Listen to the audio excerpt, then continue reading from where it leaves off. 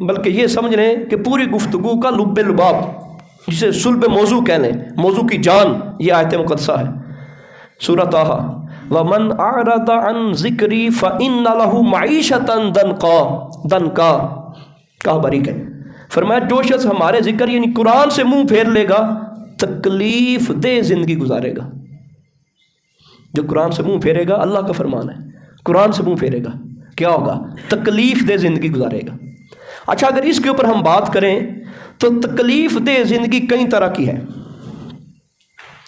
محض فقر اور فاقہ، تنگ دستی، محتاجی، غربت، یہ تکلیف دہ زندگی نہیں۔ کبھی ایسا بھی ہوتا ہے کہ 1,00,000 روپیہ پر ڈے کی آمدنی ہے، لیکن زندگی کے اندر سکون ہی کوئی نہیں۔ کبھی ایسا بھی ہوتا ہے 10-15 بندے سیکیورٹی گارڈ کے طور پہ کھڑے ہیں، نیند پھر بھی کوئی نہیں آتی، ٹینشن پھر بھی ختم کوئی نہیں ہوتی۔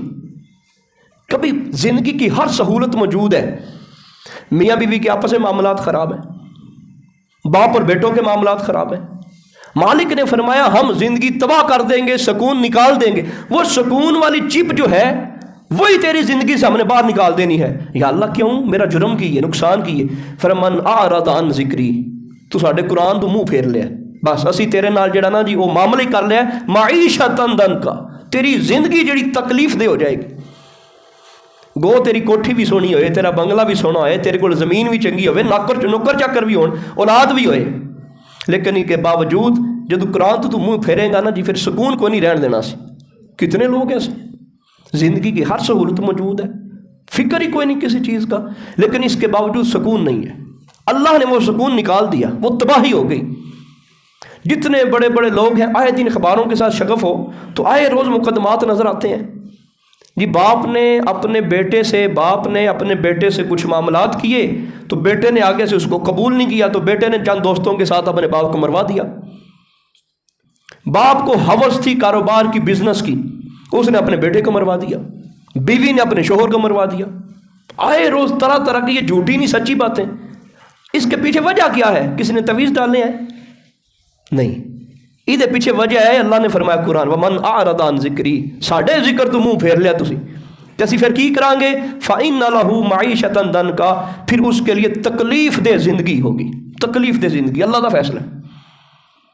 تو مالک کئی طرح کی تکلیف دے سکتا ہے، ہر قسم کی سہولت موجود ہے گھر میں، ہر قسم کی، دل بھی کرتا ہے پر نہیں، ڈاکٹراں ٹھاکے ہے نا، دودھ نہیں پینا، روٹی نہیں کھانی، بس 1-2 بریڈ لے لینا جی، نہیں منو شوگر ہے تو ڈاکٹر کہتے ہیں نا سلاد نال بس گزارا کریا کر، تو میں بس 1-2 انڈا لے لینا، سلاد چیر کے کھا کے بس گزارا ہو جاتا ہے کیا؟ معیشت ضنکا۔ پیچھے کیا ہے؟ آج بھی بندہ اگر اللہ کی بارگاہ میں جھک جائے، قرآن سے ناطہ جوڑ لے، وہ بچ سکتا ہے، معاملات ٹھیک ہو سکتے ہیں، ہر قسم کے معاملے ٹھیک ہو سکتے ہیں۔ اچھا، اسی بات کو لیں، معیشت ضنکا کو لیں ہم، جو قوم مجموعی طور پر قرآن سے منہ پھیر لے، اللہ مجموعی طور پر اس کو عذاب دیتا ہے۔ ملک میں کیا صورتحال ہے؟ قرآن سے دوری ہے۔ جن کے بچے پڑھتے ہیں نا جی اسکول میں، کالج میں، کبھی ان بچوں سے پوچھئے گا، کبھی ان سے پوچھئے گا یہ اندر کی داستان کیا ہے؟ تسی آکھو تے قاری صاحب تسی گلاں کردے ہو پے ممبر تے بیٹھ کے، ایڈی موٹی کتاب لگی جے 7ویں وچ قرآن دی، تسی کہندے وے قرآن سے منہ پھیریا اے ہن تے قرآن لگا ہے۔ اللہ کے بندو اس کا پہلا پیج کھول کے دیکھیے گا، اس میں لکھا ہے صرف 10 آیتیں فلاں فلاں یاد کر لیں، ان 10 میں سے پیپر آنا ہے۔ ایڈی موٹی کتاب تے لائی ہے انہوں نے، انہاں 10 آیتاں وچوں ہی آمنا ہے۔ دنیا دا کوئی کالج، کوئی سکول انہاں 10 تو سوا کو نہیں جے پڑھاندا، تے صرف سانو جڑا وا نا وہان واسطے تے ساڈیاں اکھاں دے اگے جڑا پٹی بن کے او صرف دائے ویکھو سی قرآن لایا سلیبس وچ، ایڈی موٹی کتاب قرآن دی اے ویکھو ہر کلاس وچ موجود ہے۔ میں ایک ادارے میں، وہ BS کی کلاس تھی، تو القرآن کا پیریڈ پڑھا رہا تھا، تو HOD آئے اس ادارے کے، تو میرے لیکچر کے دوران انہوں نے کہا آپ یہ پڑھ لیں، پریشان نہیں ہونا، آپ کے نمبر آپ کی CGP میں شمار ہی نہیں ہونے۔ بچوں کو میرا لیکچر ہے القرآن کا، تو BS کی کلاس ہے، میں وہاں پڑھا رہا ہوں، HOD آ کے جب یہ کہہ دے ان کو کہ آپ کے جو نمبر ہیں، آپ کی جو اصل پرسنٹیج ہے، آپ کی جو ڈگری ہے، اس ڈگری میں یہ القرآن کے نمبر شامل کوئی نہیں ہونے، کیا مطلب ہے؟ مطلب ہے اوے پڑھنے والے ٹینشن نہیں لینی، ਤੁਸੀਂ ਨਾ ਵੀ ਨਾ ਯਾਦ ਕੀਤਾ ਤੇ ਟੈਨਸ਼ਨ ਨਹੀਂ ਲੈਣੀ, ਤੁਹਾਡੇ ਕਿਹੜਾ ਨੰਬਰ ਲੱਗਣੇ ਨੇ ਸਨਦ ਉੱਤੇ। ਤੇ ਦੱਸੋ ਫਿਰ ਬੱਚਾ ਪੜ੍ਹਨਾ ਹੈ ਅਲ ਕੁਰਾਨ ਤੇ ਬੰਦਾ ਬੱਚਾ ਪੜ੍ਹਦਾ ਹੈ ਨੰਬਰ ਆ ਜਾਣਗੇ। ਤੇ ਜਦੋਂ HOD ਨੇ ਆ ਕੇ ਕਹਿ ਦੇਣਾ, ਹੈਡ ਆਫ ਡਿਪਾਰਟਮੈਂਟ ਨੇ ਆ ਕੇ ਕਹਿ ਦੇਣਾ, ਉਹ ਅੱਲਾ ਦੇ ਬੰਦੇ ਨੰਬਰ ਕੁੰਝ ਲੱਗਣੇ ਡਿਗਰੀ ਤੇ, ਬੱਚਿਆਂ ਕਹਿਣਾ ਜਾਓ ਠੀਕ। ਉਹ ਮੈਨੂੰ ਵੀ ਸੁਣਾ ਕੇ ਸਨ ਨਾਲ, ਉਸਤਾਦ ਜੀ ਬੱਚਿਆਂ ਦੀ ਸਖਤੀ ਨਾ ਕਰਿਓ, ਇਸ਼ਾਰਾ ਤਨ ਉਸਤਾਦ ਜੀ ਸਖਤੀ ਨਾ ਕਰੋ, ਨੰਬਰ ਤੇ ਲੱਗਣੇ ਕੋਈ ਨਹੀਂ।